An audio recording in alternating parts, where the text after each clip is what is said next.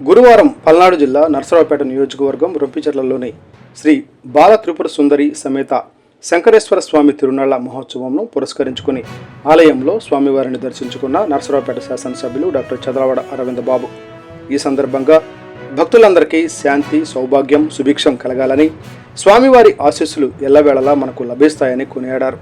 ఈ కార్యక్రమంలో దేవాదాయ అధికారి వెంకటేశ్వరరెడ్డి, గ్రామ ప్రజలు, టీడీపీ నాయకులు వడ్లమూడి కిషోర్, నల్లూరి శ్రీను, పులుకూరి జగ్గయ్య, గాడిపర్తి సురేష్ మరియు భక్తులు పాల్గొన్నారు.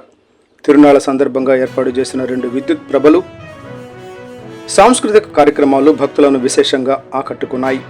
గ్రామ ప్రజలు, దేవాదాయ శాఖ వారి ఆధ్వర్యంలో తీర్థ ప్రసాదాలు వితరణ చేయడం జరిగింది. ప్రధాన కూడలిలో విద్యుత్ కాంతులతో అంగరంగ వైభవంగా జరిగింది. తిరునాళ్ల ఏర్పాట్లను rural CI Subbarao, Rompicherla SI Lokeswara Rao తమ సిబ్బందితో పర్యవేక్షించడం జరిగింది. ప్రధాన కూడళ్లలో సర్కస్, బొమ్మల షాపులు ఏర్పాటు చేయడం జరిగింది.